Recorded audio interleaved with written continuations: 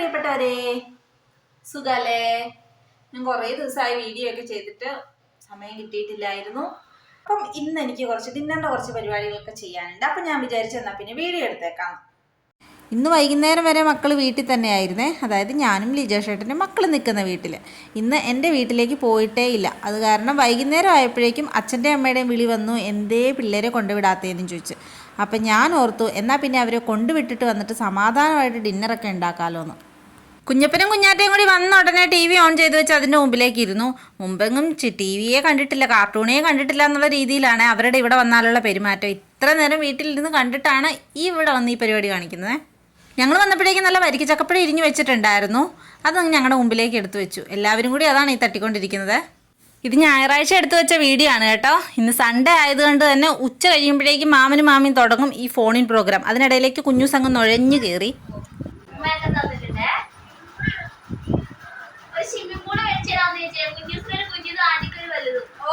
ആൻറ്റിയും മക്കളും കൂടി എപ്പോഴും ഇതുപോലെ എന്തെങ്കിലുമൊക്കെ മാമനോട് ഇങ്ങനെ ആവശ്യപ്പെട്ടോണ്ടേയിരിക്കും. സാധിച്ചു കൊടുക്കത്തില്ലെന്ന് പറയുകയാണെങ്കിൽ അവസാനം സെൻഡ് ഡയലോഗ്, അതിൽ മാമൻ ഫ്ലാറ്റ്.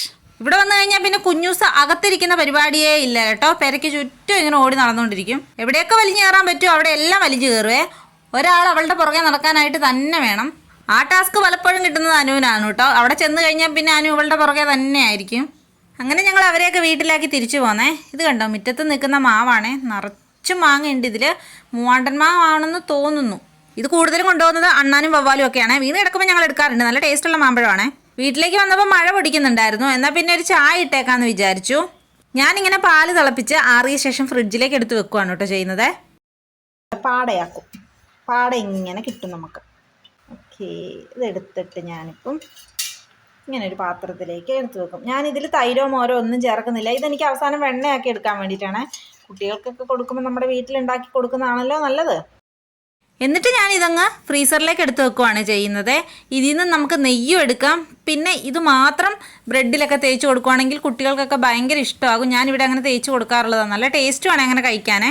പാടയൊക്കെ എടുത്ത് മാറ്റിയിട്ട് ഞാൻ അതിൽ നിന്ന് 2 ഗ്ലാസ് പാലെടുത്ത് ഞങ്ങൾക്ക് 2 പേർക്ക് നല്ല അടിപൊളി ഒരു ചായ ഇട്ടു. സത്യം പറഞ്ഞാൽ ഞാനും ലിജേഷേട്ടനൊക്കെ നല്ല ചായപ്രേമികളാണ്. പക്ഷേ ഇപ്പോൾ കുറച്ചും കൂടി ഒന്ന് ആരോഗ്യം ശ്രദ്ധിക്കാമെന്ന് വിചാരിച്ച് ചായയും പഞ്ചസാരയൊക്കെ വളരെ കുറച്ചിരിക്കുവാണ്. ഇടയ്ക്ക് എപ്പോഴെങ്കിലുമൊക്കെ കൊതി തോന്നുമ്പോൾ ഇതുപോലെ ചായ ഇട്ട് കുടിക്കും. പിന്നെ ലിജേഷേട്ടൻ വീട്ടിലേക്ക് വരുന്ന ദിവസം എന്തായാലും അമ്മ അവിടെ നിന്ന് ചായ കുടിക്കാതെ വിടത്തില്ല. ടി വിയിൽ ന്യൂസും കണ്ടുകൊണ്ടിരിക്കുന്ന ലിജേഷേട്ടൻ്റെ മുമ്പിലേക്ക് നല്ല ചൂട് ചായ അങ്ങ് കൊണ്ട് വെച്ച് കൊടുത്തേ. വല്ലപ്പോഴും കുടിക്കുന്നത് കാരണമാണെന്ന് തോന്നുന്നു. നല്ല ടേസ്റ്റ് ഉണ്ടായിരുന്നേ. ഇനി ഈ ചായ കുടിയൊക്കെ കഴിഞ്ഞിട്ട് വേണം എനിക്ക് എൻ്റെ പരിപാടികളിലേക്കൊക്കെ ഒന്ന് കിടക്കാനായിട്ട്. രാത്രിക്കത്തേക്ക് ചപ്പാത്തിയും ചിക്കൻ കറിയുമാണ് ഉണ്ടാക്കുന്നത്. എന്നാൽ പിന്നെ ഈ ചായയൊക്കെ കുടിച്ചിരിക്കുന്ന സമയം കൊണ്ട് കുറച്ച് സവോളയും കൂടെ പൊളിച്ചെടുക്കാമെന്ന് വിചാരിച്ചു. ഞാനൊക്കെ സവോള പൊളിക്കുമ്പോഴേക്കും ആ സവോളയുടെ പുറത്തെ തൊലി കൂടാണ്ട് 2-3 പാളികളും കൂടി ഇങ്ങ് പൊളിച്ച് കളയും. അതിനെന്താ പറയുക? എന്തായാലും സംഭവം എന്താണെന്ന് മനസ്സിലായല്ലോ അല്ലേ? ഇതെന്തിനാ ഇത്രയും ഇങ്ങനെ പൊളിച്ച് കളയുന്നതെന്ന് ഇങ്ങനെ ചോദിച്ചുകൊണ്ടിരിക്കുവാണേ. ഇനി അവിടെ ഇരുന്ന് എൻ്റെ പണിയൊന്നും നടക്കത്തില്ലല്ലോ എന്ന് ഓർത്തിട്ട് ഞാൻ സവോളയുടെ തൊലിയൊക്കെ പൊളിച്ചിട്ട് എണീറ്റ് പോന്നേ. എന്നിട്ടത് ചെറിയ കഷ്ണങ്ങളാക്കി ചോപ്പറിനകത്തേക്ക് ഇട്ട് ഒന്ന് ചോപ്പ് ചെയ്തെടുത്തു. പിന്നെ കട്ടിംഗ് ബോർഡിൽ വെച്ച് അരിയുന്നതിനേക്കാളും കുറച്ച് പണി കൂടുതലുള്ള പോലെ എനിക്ക് തോന്നി. എന്തായാലും ഇന്ന് ഇതെടുത്തേക്കാന്ന് വിചാരിച്ച് അങ്ങ് ഇതിൽ തന്നെ ചെയ്തേ. അങ്ങനെ സവോള എല്ലാം അരിഞ്ഞത് ഞാനൊരു പാത്രത്തിലേക്ക് അങ്ങ് മാറ്റി വെച്ചു. ശരിക്കും പറഞ്ഞാൽ ഇതിലരിഞ്ഞത് കാരണം എല്ലാം നല്ല ഒരേപോലെ ഇഞ്ചിയും പച്ചമുളകൊക്കെ ഞാൻ ആ സവോള അരിയുന്നതിൻ്റെ കൂടെ തന്നെ അരിഞ്ഞെടുത്ത് മാറ്റി വെച്ചിട്ടുണ്ടായിരുന്നേ. ഇനിയിപ്പോൾ ചിക്കൻ ഒന്ന് പുരട്ടി വെക്കണം. ഞാൻ അതിലേക്ക് മുളക് പൊടിയും മഞ്ഞൾപ്പൊടിയും ഉപ്പും കൂടി ചേർത്ത് നല്ലപോലെ പുരട്ടി കുഴച്ചെടുത്ത് കുറച്ച് നേരം ഫ്രിഡ്ജിലേക്ക് മാറ്റി വെച്ചേ. ഈ പൊടികളും ഉപ്പൊക്കെ അതിലേക്ക് പിടിക്കാനായിട്ട് ഇത് നല്ലതാട്ടോ. ചിക്കൻ അവിടെ ഇരുന്ന് സെറ്റ് ആവാനെടുത്ത സമയത്തിന് ഞാൻ പോയി ചപ്പാത്തി മാവ് കുഴച്ച് വെച്ചു. അത് കഴിഞ്ഞിട്ട് വന്നിട്ടാണ് കേട്ടോ ചിക്കൻ കറി ഉണ്ടാക്കുന്നത്.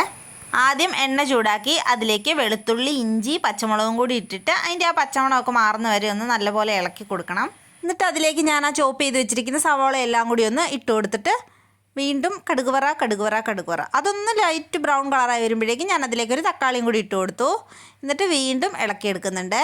ഇത് നല്ലൊരു ബ്രൗൺ കളറായി എല്ലാം നല്ല വഴണ്ട് വരുമ്പോഴേക്കാണ് നമ്മൾ പൊടികളൊക്കെ ചേർത്ത് കൊടുക്കേണ്ടത്. പിന്നെ ഞാൻ ഇതിലേക്ക് 1 ടേബിൾ സ്പൂൺ നിറച്ച് തന്നെ മല്ലിപ്പൊടിയും 1/4 ടേബിൾ സ്പൂണോളം മുളക് പൊടിയും കുറച്ച് മഞ്ഞൾപ്പൊടിയും പിന്നെ കുറച്ച് ചിക്കൻ മസാലയും കൂടി ചേർത്ത് നല്ലപോലെ അതൊന്ന് മൂപ്പിച്ചെടുക്കും. ലോ ഫ്ലെയിമിൽ വെച്ചിട്ടാണ് മൂപ്പിച്ചെടുക്കുന്നത്. ഞാനാണെങ്കിലുണ്ടല്ലോ സവോള വഴറ്റുന്ന സമയത്ത് കറിവേപ്പില ഇടാനായിട്ട് മറന്നുപോയി. അതാണ് ഇപ്പം ചേർത്ത് കൊടുക്കുന്നത്.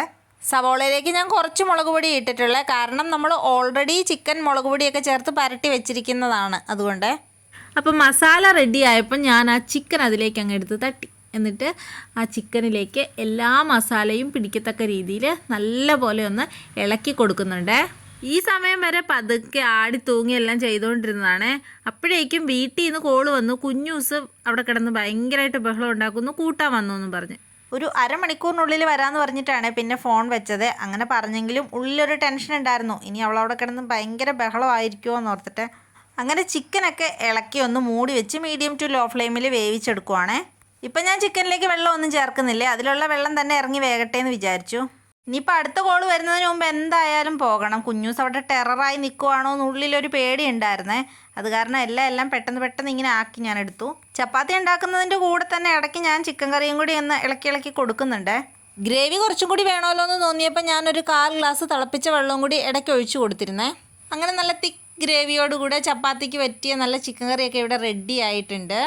കുറച്ച് തിരക്ക് പിടിച്ചിട്ടാണെങ്കിലും ചപ്പാത്തിയും ചിക്കൻ കറിയും എല്ലാം പെട്ടെന്ന് തന്നെ ചുട്ടെടുത്തു. ഇനിയിപ്പം പിള്ളേരെ കൂട്ടാൻ പോകണം, വരണം, കഴിക്കണം. ഇപ്പോൾ ഒരു 7 മണി കഴിഞ്ഞിട്ടുണ്ട് സമയം. അപ്പോൾ ഇന്ന് ഇത്രയേ ഉള്ളൂ. വീണ്ടും ഒരു വീഡിയോ കാണുന്നവരെ ടാറ്റാ.